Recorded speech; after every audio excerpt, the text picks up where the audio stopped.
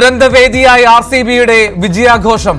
തിക്കിലും തിരക്കിലും പെട്ട് 11 മരണം, 50-ലേറെ പേർക്ക് പരിക്ക്, 16 പേരുടെ നില ഗുരുതരം.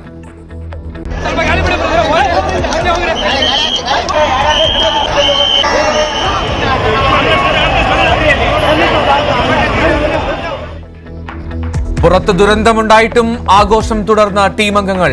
ടീമിനൊപ്പം പങ്കുചേർന്ന് കർണാടക ഉപമുഖ്യമന്ത്രി.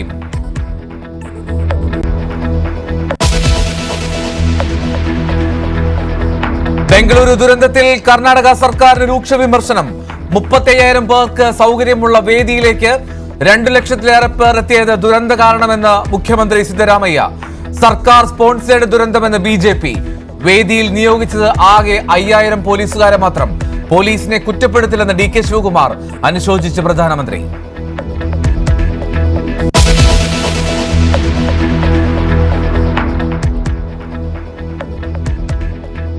ഒരിടത്തുകൂടി ദേശീയപാതയ്ക്ക് കേടുപാട്. വലിയ പറമ്പിൽ ദേശീയപാതയുടെ സംരക്ഷണ ഭിത്തി തകർന്നു. കേരളത്തിലെ ദേശീയപാത നിർമ്മാണം ഡിസംബറിൽ തന്നെ തീർക്കുമെന്ന് മുഖ്യമന്ത്രിക്ക് നിതിൻ ഗഡ്കരിയുടെ ഉറപ്പ്. കുരിയാട് സംഭവത്തിൽ കൂടുതൽ പേർക്കെതിരെ നടപടി വരും.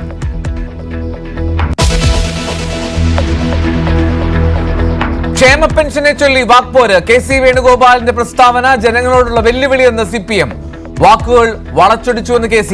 നിലമ്പൂരിൽ മുഖ്യമന്ത്രിയുടെ മലപ്പുറം പരാമർശം ആയുധമാക്കി UDF. അദ്ദേഹം വളരെ ക്ലിയർ ആയിട്ട് പറഞ്ഞു, ആളുകളെ കളിപ്പിക്കുകയാണ്, ആളുകളെ കബളിപ്പിക്കുകയാണ്.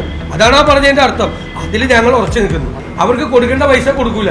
3-4 മാസം ഇലക്ഷൻ ആകുമ്പോഴേ വീട്ടിൽ കൊണ്ടേ കൊടുക്കുക, എല്ലാവരും ഒരുമിച്ച്. ഏറ്റുപിടിച്ച് PV അൻവർ. ജനങ്ങളെ വർഗീയമായി ഭിന്നിപ്പിക്കാൻ ശ്രമമെന്ന് CPM.